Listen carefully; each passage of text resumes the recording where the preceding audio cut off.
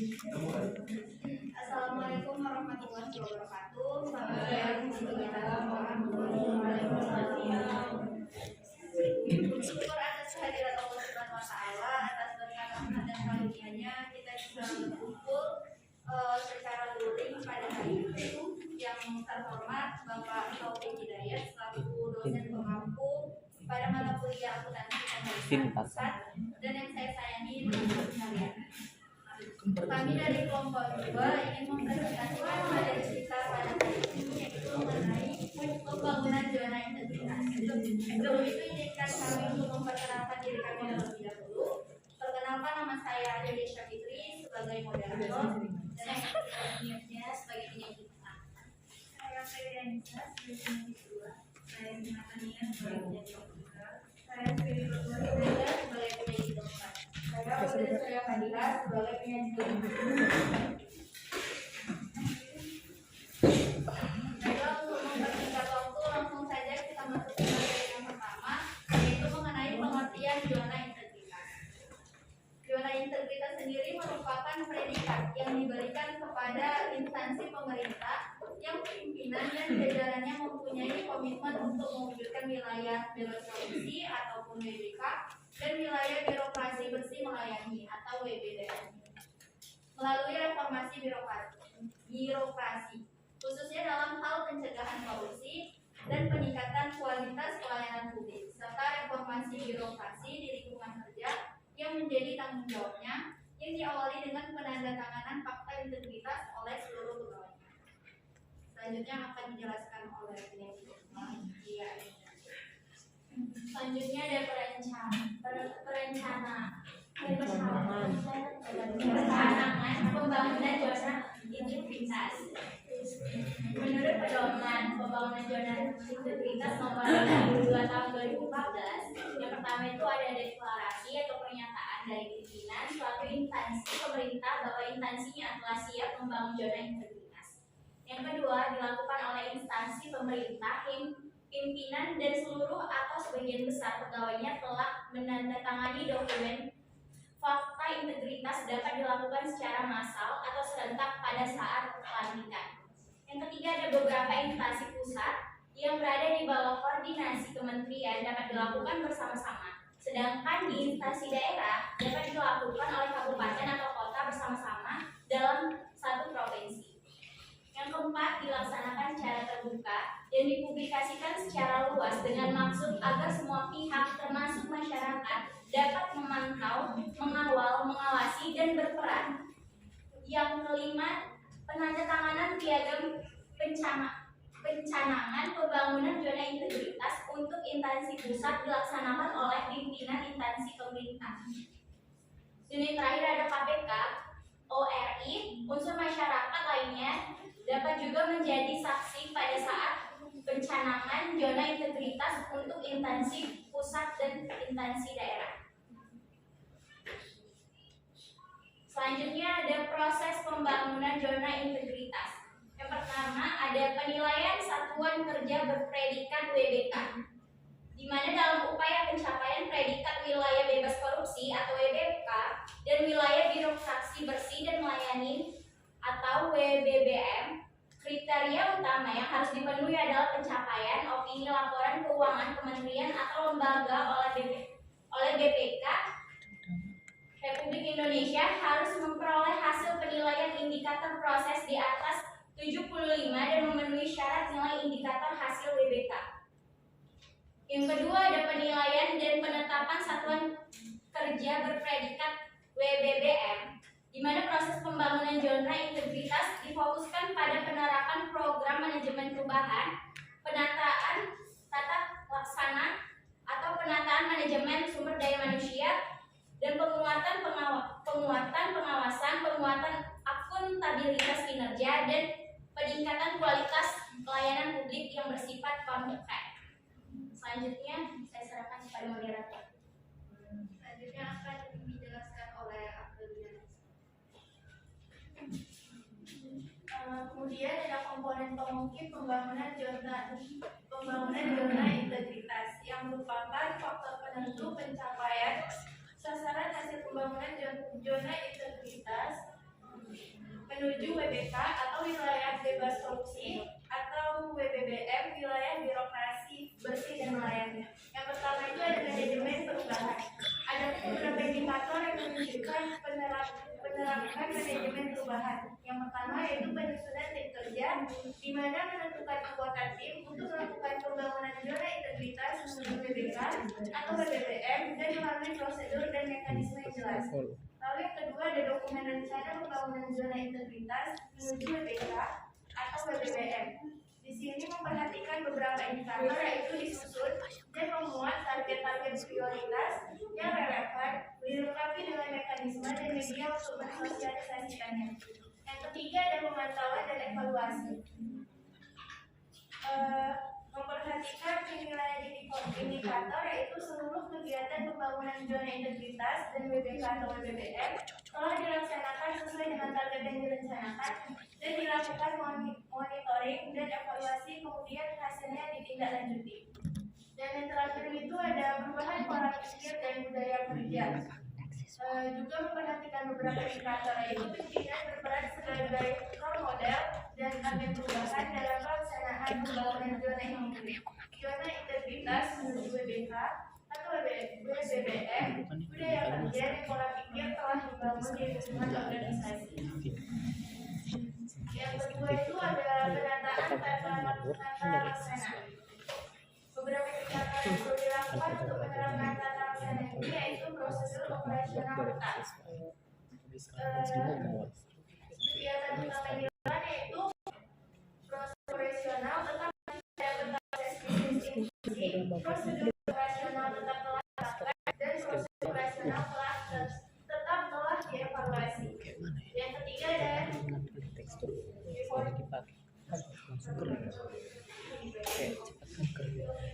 kedua ada di office, yaitu sistem pengukuran kinerja, sistem kepegawaian, dan sistem pelayanan sudah berizin. Terakhir keterbukaan informasi publik, yaitu kebijakan tentang keterbukaan informasi publik diterapkan, monitoring, dan evaluasi pelaksanaan kebijakan keterbukaan informasi publik.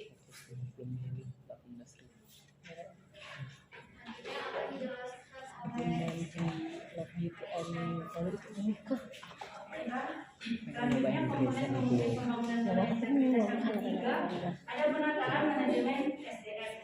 Beberapa penilaian indikator yang perlu dilakukan untuk menerapkan penataan manajemen SDM yaitu yang pertama ada perencanaan kebutuhan pegawai, membuat dan menerapkan rencana kebutuhan kerjanya, rasio dengan beban kerja, dan kualifikasi pendidikan dan menerapkan nilai dan evaluasi.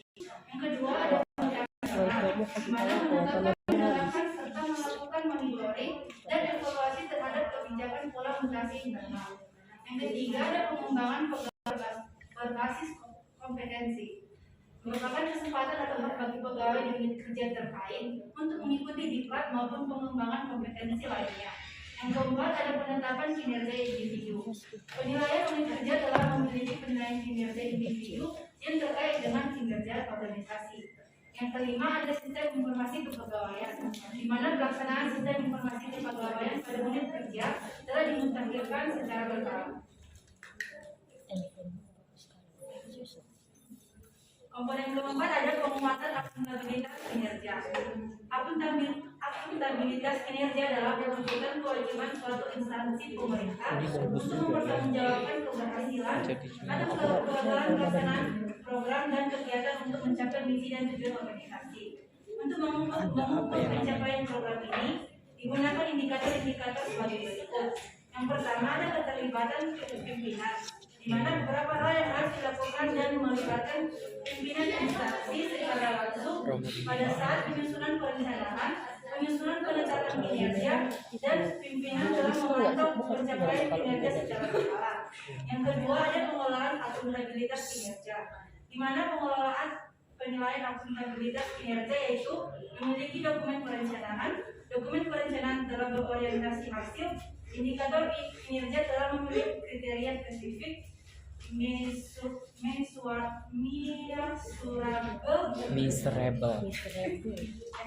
achievable, relevan dan time bound atau smart. Unit kerja telah menyusun laporan kinerja tepat waktu. 13 laporan kinerja memberikan informasi tentang kinerja unit kerja dalam berupaya meningkatkan kapasitas SDM yang menangani akuntabilitas kinerja, unit kerja dalam membangun sistem informasi kinerja, dan dalam memiliki ukuran kinerja sampai PPB. Presentasi selanjutnya akan selanjutnya yang kelima yaitu besok aku mau punya ACP katanya banyak sel penguatan pengawasan ini udah bayar untuk meningkatkan penyelenggaraan pemerintahan yang bersih dan bebas KKN pada masing-masing instansi pemerintah. Atas dasar hal tersebut, maka terdapat beberapa indikator. Yang pertama itu pengendalian gratifikasi. Pengendalian ini merupakan unit kerja melalui unit constraint tentang pengendalian gratifikasi dan mengimplementasikan pengendalian gratifikasi. Yang kedua itu adalah penerapan sistem pengawasan internal pemerintah atau SPIP. Yaitu penilaian indikator ini dilakukan dengan mengacu pada kondisi unit kerja setelah membangun lingkungan pengendalian, melakukan penilaian risiko atas unit kerja, melakukan kegiatan pengendalian untuk meminimalisir risiko yang telah diidentifikasi, dan telah mengkomunikasikan serta mengimplementasikan SPI kepada seluruh pihak terkait. Yang ketiga itu pengajuan masyarakat.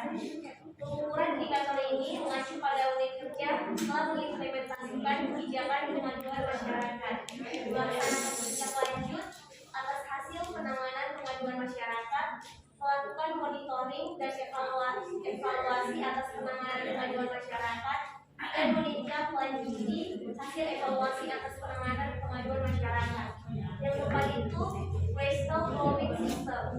Ini merupakan pengukuran indikator yang dilakukan dengan mengacu pada kondisi yang seharusnya dilakukan, seperti unit kerja telah menerapkan Bristol Flowing System, lalu unit kerja telah melakukan evaluasi atas penerapan Bristol Flowing System, serta unit kerja menindaklanjuti hasil evaluasi atas penerapan Bristol Flowing System.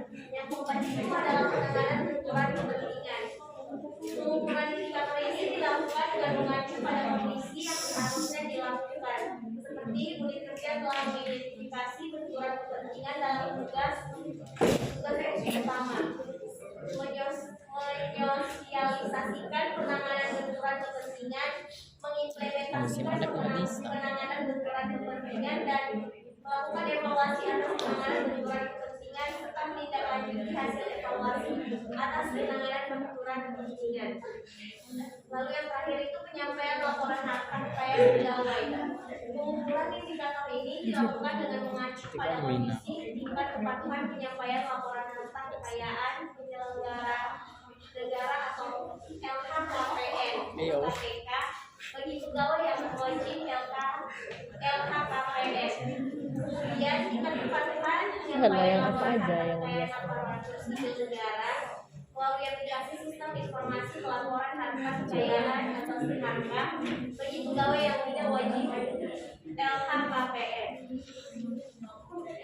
Selanjutnya yang keenam dari komponen pembangunan integritas yaitu peningkatan kualitas pelayanan publik. Dalam indikator ini terdapat hal yang menunjukkan peningkatan pelayanan publik, yaitu ada tiga. Yang pertama, standar pelayanan. Ini merupakan unit kerja telah melakukan kebijakan standar pelayanan. Unit kerja juga telah memasukkan standar pelayanan SOP bagi pelaksanaan standar pelayanan, kemudian melakukan review dan perbaikan atas standar pelayanan dan SOP.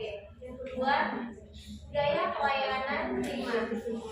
Pengukuran indikator ini adalah di mana unit kerja telah melakukan sosialisasi atau pelatihan berupa kode etik, estetika, kapasitas building dalam upaya penerapan budaya pelayanan prima, lalu memiliki informasi tentang pelayanan juga diakses melalui berbagai media, memiliki sistem reward punishment bagi pelaksana layanan serta pemberian kompensasi kepada penerima layanan bila layanan tidak sesuai dengan standar.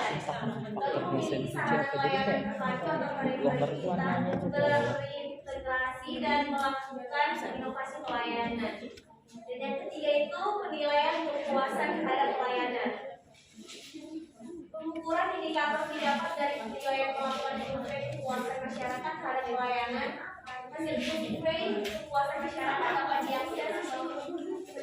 apabila dan unit kerja telah melakukan tindak lanjut atas hasil survei kepuasan masyarakat. Yang tadi. Main ulang apa mau pucat kali? Atau ganti ke apa? Selanjutnya penjelasan tentang wilayah bebas korupsi dan wilayah birokrasi bersih melayani bebas korupsi. Yang mana yang pertama wilayah bebas korupsi. Wilayah bebas korupsi merupakan predikat yang diberikan kepada suatu unit kerja yang memenuhi sebagian besar kriteria dalam mengimplementasikan area perubahan program reformasi birokrasi, yaitu ada manajemen perubahan, penataan tata laksana, penataan 15 sistem manajemen SDM, penguatan pengawasan, penguatan akuntabilitas kinerja, dan yang terakhir peningkatan kualitas pelayanan publik. Enggak cakep Hal aku di tersebut juga harus didukung dengan hasil survei eksternal indeks persepsi korupsi atau disebut dengan IPESA dan indeks persepsi kualitas pelayanan yang menyatakan dari di mana nilai IPK minimal 13,5 dan maksimal 15 serta telah menyelesaikan tindak lanjut hasil pemeriksaan oleh pemeriksa internal dan eksternal.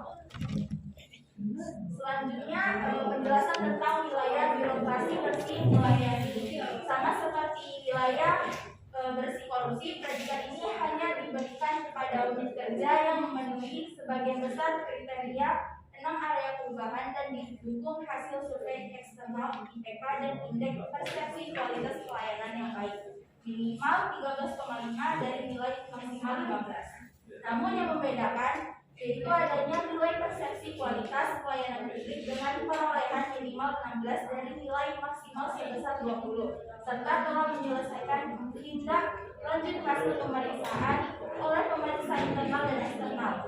Ada pun penjelasan indikator tersebut yaitu yang pertama, manajemen perubahan bertujuan untuk mengubah secara sistematis dan konsisten mekanisme kerja, pola pikir atau mindset, serta budaya kerja atau mindset.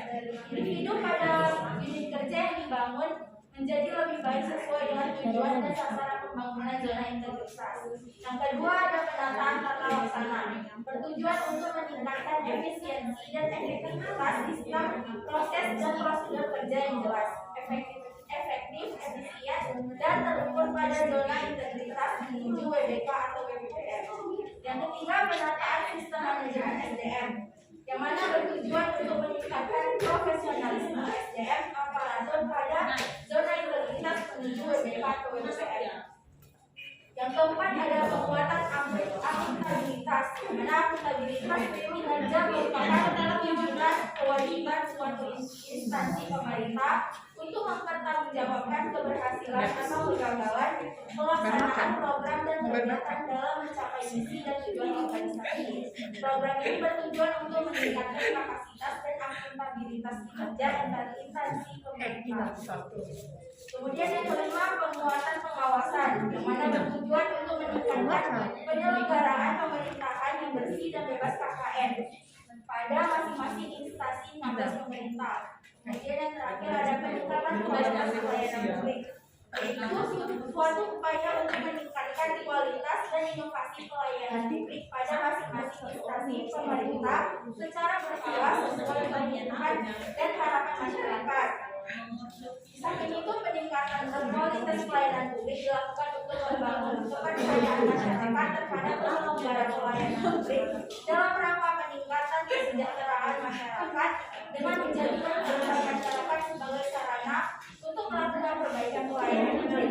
Selanjutnya saya akan menjelaskan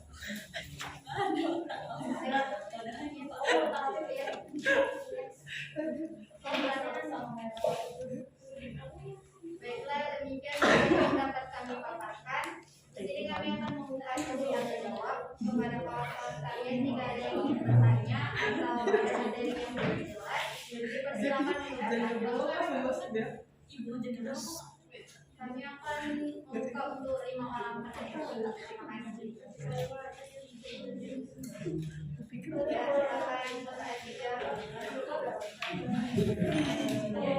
Dari kelompok 3 itu bertanya kepada kelompok 2. Pertanyaannya, bagaimana menjelaskan pembangunan zona integritas? Tahapan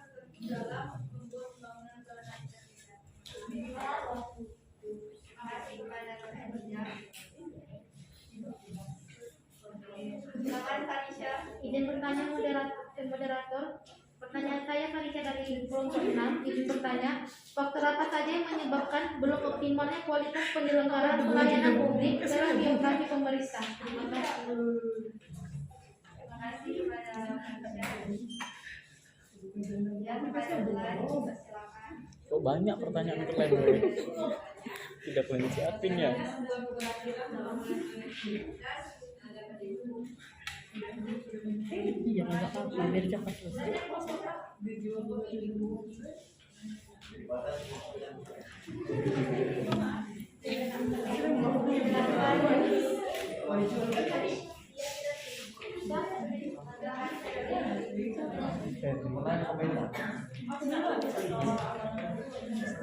Pertanyaan saya yaitu, kan ada dijelaskan tadi bahwa zona integritas merupakan predikat yang diberikan kepada instansi pemerintah yang pimpinan dan jajarannya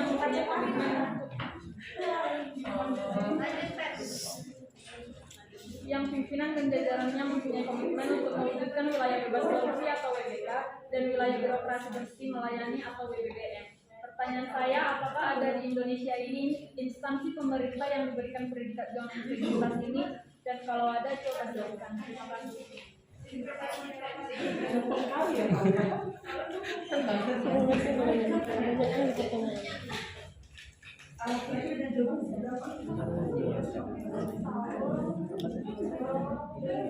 Apakah ada lagi pesannya?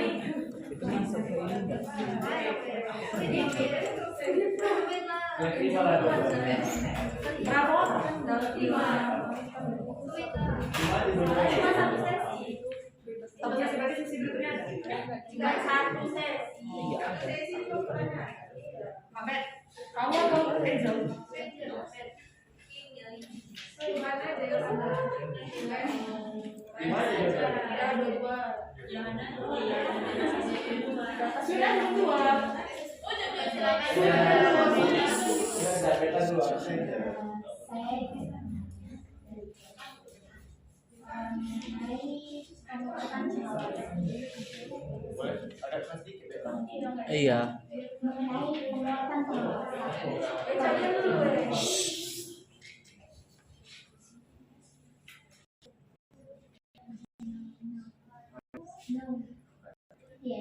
Yang mengenai pengendalian gratifikasi, bagaimana pemerintah mengimplementasikan pengendalian gratifikasi? Gratifikasi itu kan kalau misalnya penjara misalkan gitu.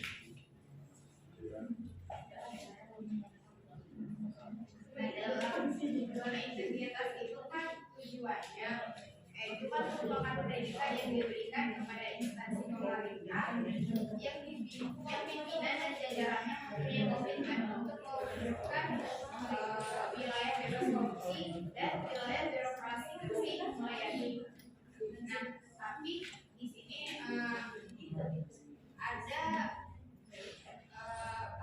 kendala dalam pencapaian sasaran reformasi birokrasi tersebut. Salah satunya yaitu praktik korupsi dan nepotisme. Kenapa hal itu bisa terjadi, sedangkan zona integritas itu merupakan tujuannya itu untuk mewujudkan wilayah bebas korupsi dan PBBM itu wilayah birokrasi bersih dan melayani. Nice. Tanya langsung ke ininya. Ke petingginya ya kan. Kenapa ini?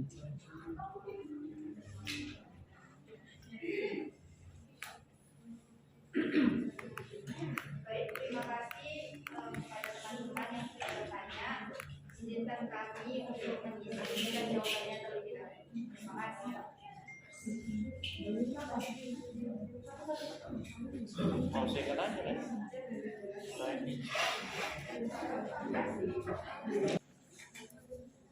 Baik, terima kasih kepada teman-teman yang telah memberikan waktu kepada kami untuk berdiskusi. Kami akan menjawab pertanyaan dari Azida yang akan dijelaskan oleh Sri. Baiklah, pertanyaan dari Nur Azida yaitu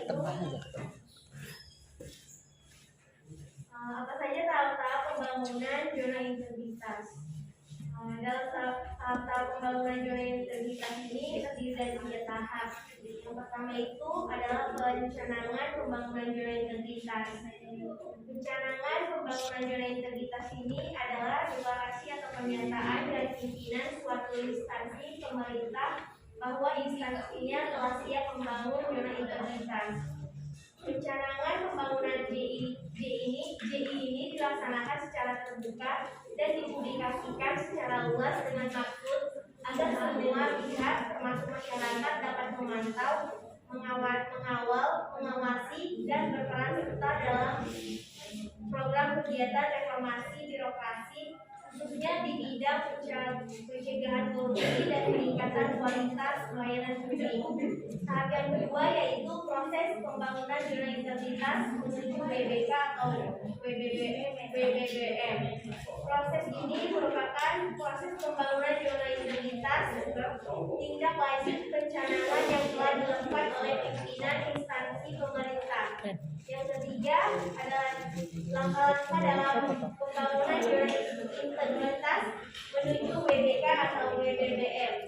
Di antaranya itu langkah-langkahnya adalah yang pertama perencanaan JI bersama stakeholder, yang kedua pembentukan tim kerja, yang ketiga penyusunan program kerja, yang keempat pemenuhan data hukum LKE, yang kelima sosialisasi internal dan eksternal serta melaksanakan perbuatan pegawai, yang keenam yaitu dokumentasi dan pelaporan, yang ketujuh adalah monitoring dan evaluasi pembangunan JI, yang kedelapan adalah tindak lanjut hasil audit, dan yang terakhir itu penetapan BBK atau WBBM. Bagaimana dengan saudari Nurhadijah, apakah dapat menerima jawaban dari kami? Kedua.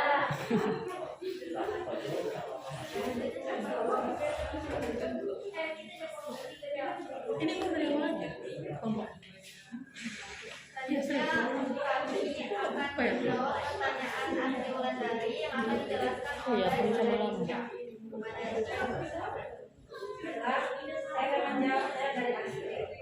Sebenarnya yaitu bagaimana sebuah keberhasilan pembangunan zona integritas diukur. Keberhasilan pembangunan zona integritas diukur dengan menilai pelaksanaan dari parameter komponen pemungkit dan komponen hasil.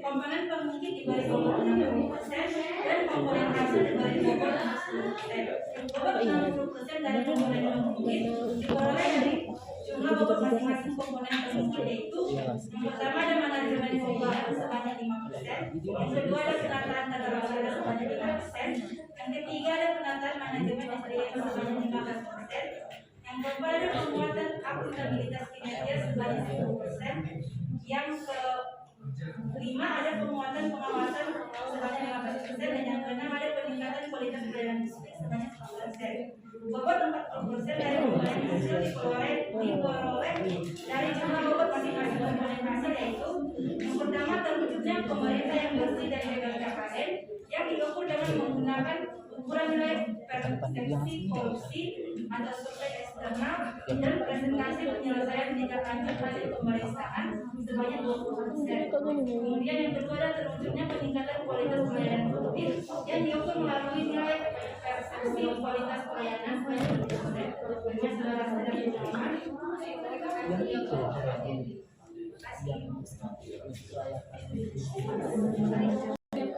Selanjutnya kami akan menjawab pertanyaan dari Farisha yang akan menjelaskan lainnya.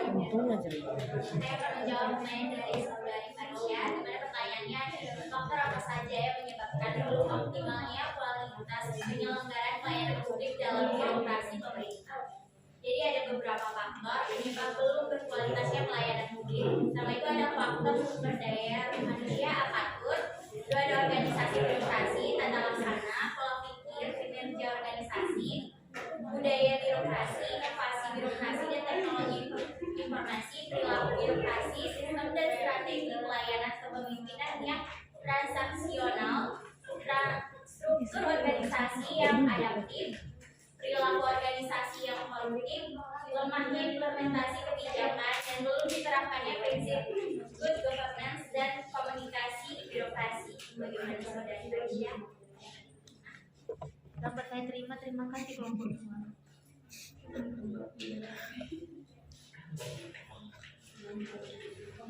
Baik, selanjutnya saya akan menjawab pertanyaan yang pertanyaannya, apakah ada instansi pemerintah Indonesia yang mendapatkan predikat WBK dan WBBM?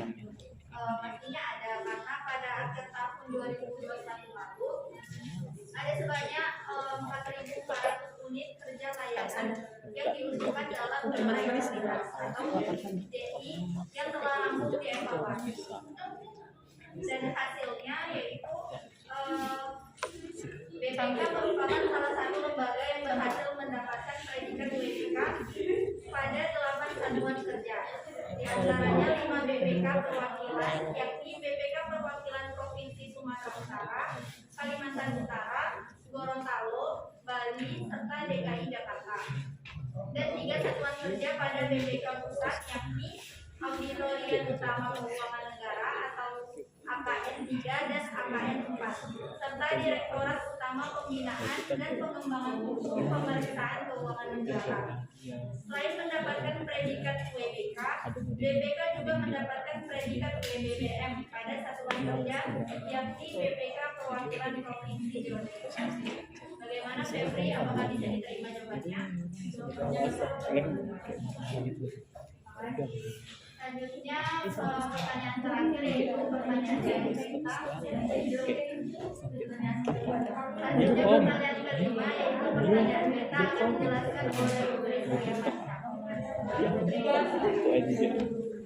Jadi saya akan menjawab pertanyaan dari beta, yang mana pertanyaannya itu bagaimana pemerintah melakukan pengendalian gratifikasi. Sebelumnya gratifikasi itu kan dalam artiannya itu yakni pemberian uang, barang, komisi, pinjaman, atau yang lain itu secara semata-mata. Yang mana gratifikasi itu dilakukan di dalam aktivitas pada sekitar usaha maupun masyarakat yang membentuk lingkungan pengendalian gratifikasi. Nah, pengendalian gratifikasi ini sendiri yaitu bagian dari upaya pembangunan suatu sistem pencegahan korupsi. Jadi bagaimana cara pemerintah melakukan pengendalian itu?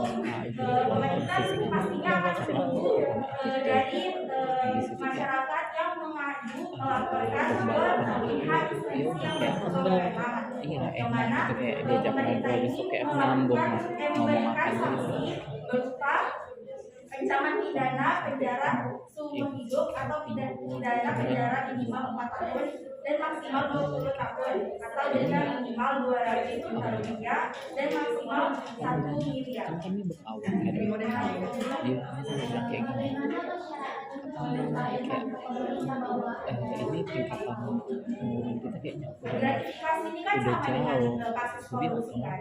Ya, sebagaimana masyarakat melaporkan ke polisi tentang korupsi kan kayak udah sejauh kayak ya udah kayak gak pentingin itu lagi, mikirin itu kayak gak dicari yang lain-lain, cuma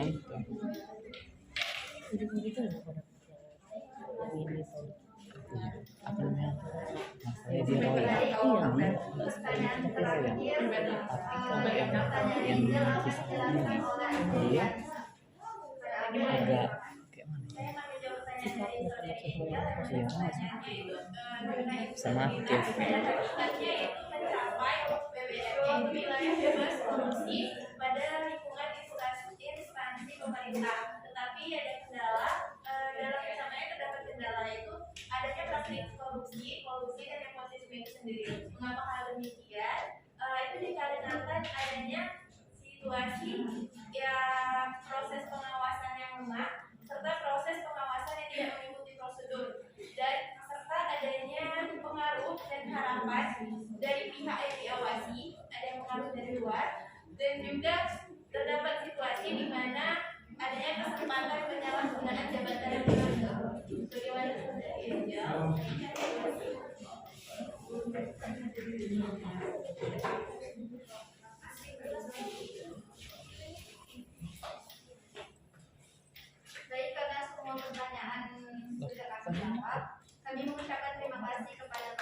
Apa jawaban? berpartisipasi dalam memberikan pertanyaan kepada kelompok kami.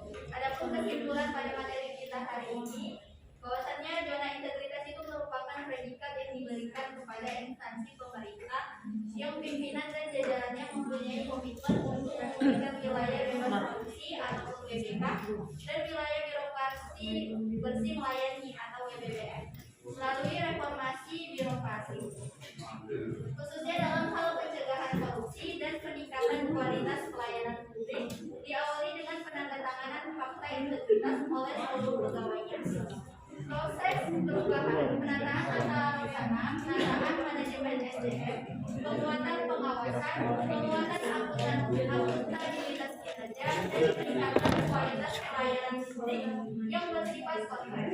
Proses pembangunan zona integritas yang dilakukan oleh Kementerian Kesehatan dengan melakukan dua cara penilaian, yakni penilaian satuan kerja berpredikat Masker SDK tadi mah. dan penilaian penetapan satuan kerja berpredikat SDM. Demikian presentasi dari kelompok kami. Kami akhiri dengan wassalamualaikum warahmatullahi wabarakatuh. Waalaikumsalam.